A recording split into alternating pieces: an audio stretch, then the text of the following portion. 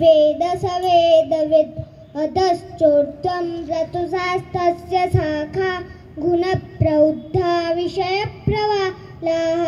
अधश्च मूल्यान्यनुसन्ततानि कर्मानुबन्धीनि मनुष्यलोके न रूपमस्येह ततोपलभ्यते नान्तो न चादिर्न च सम्प्रतिष्ठा अश्वत्थमेनं सुविरूढमूलम् असङ्गशस्त्रेण दृढेन चित्वा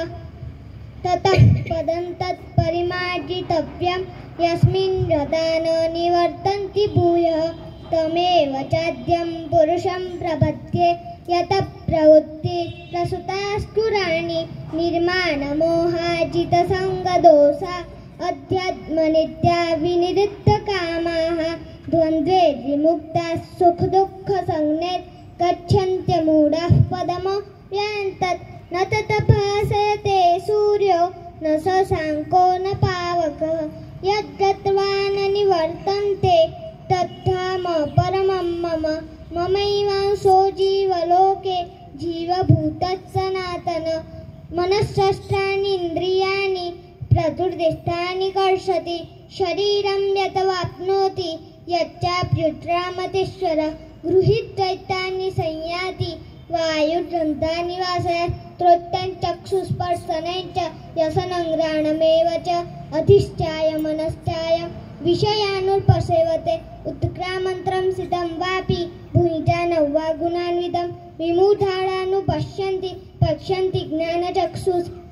सः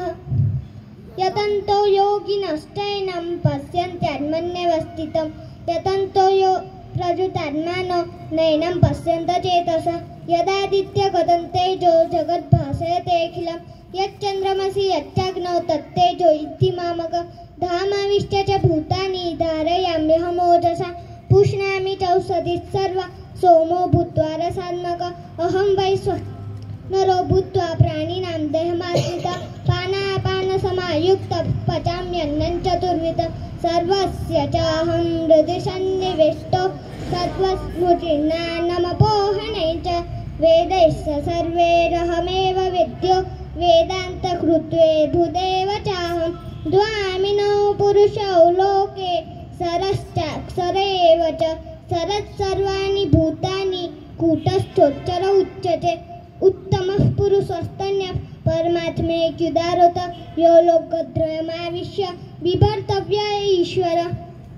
यस्मात् सर्वमतीतोऽहम् अक्षरादपि चोत्तमः अतोऽस्मि लोके वेदे च प्रथितः पुरुषोत्तमः यो मामेवम सम्मूढो जानाति पुरुषोत्तमं स सर्वविद् भजति मां सर्वभावेन भारत इति गुह्यतमं शास्त्रम् इदमुक्तं मया नघ एतद्बुद्ध्वा बुद्धिमान् स्यात् कृतकृत्यश्च भारत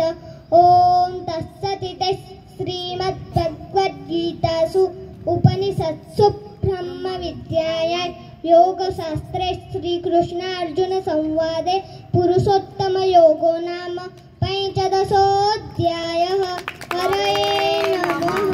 हरये नमः हरये नमः श्रीकृष्णार्पणमस्तु।